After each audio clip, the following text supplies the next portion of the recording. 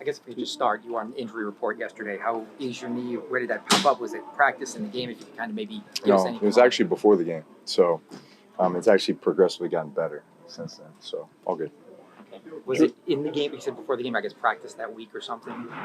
Yeah, I just woke up Saturday morning, honestly. So I don't know.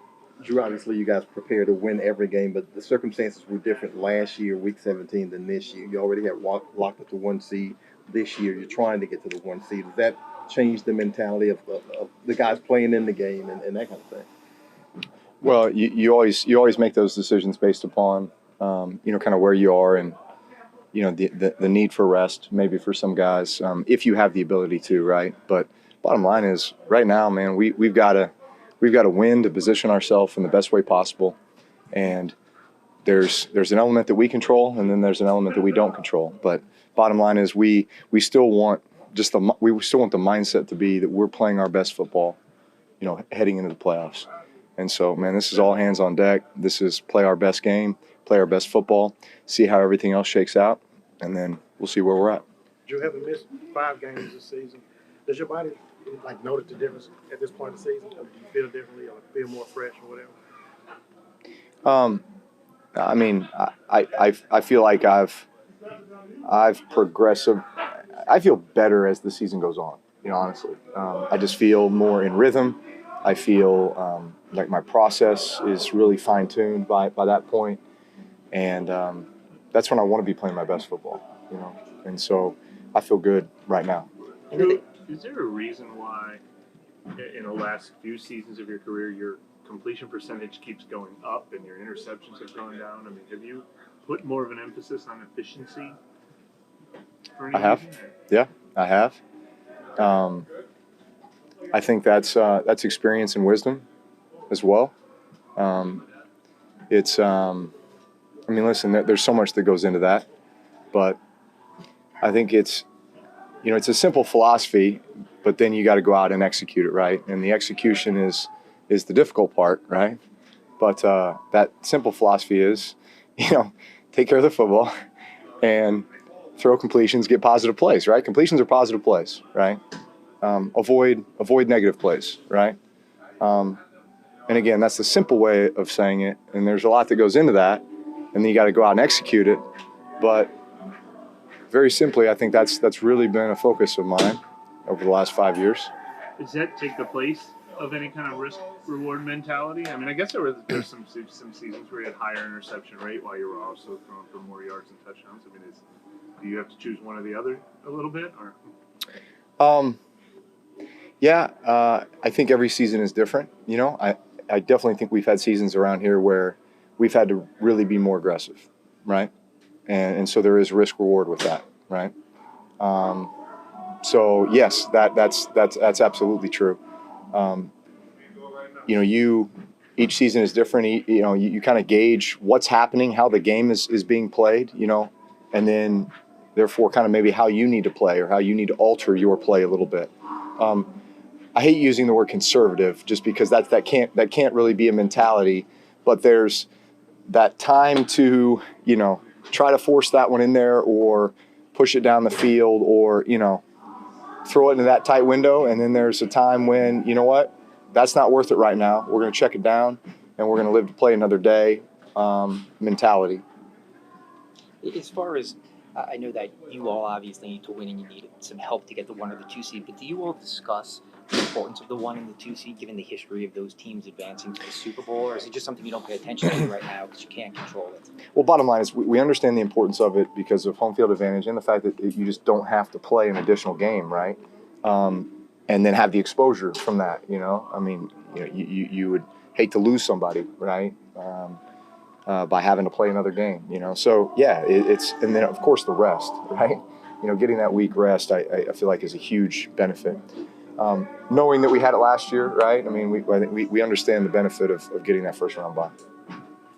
Drew, Carolina still leads the league in sacks. Yeah. But they've had a drastic change, obviously, with the head coaching change. Do they look pretty much the same philosophically in what they've done since the change?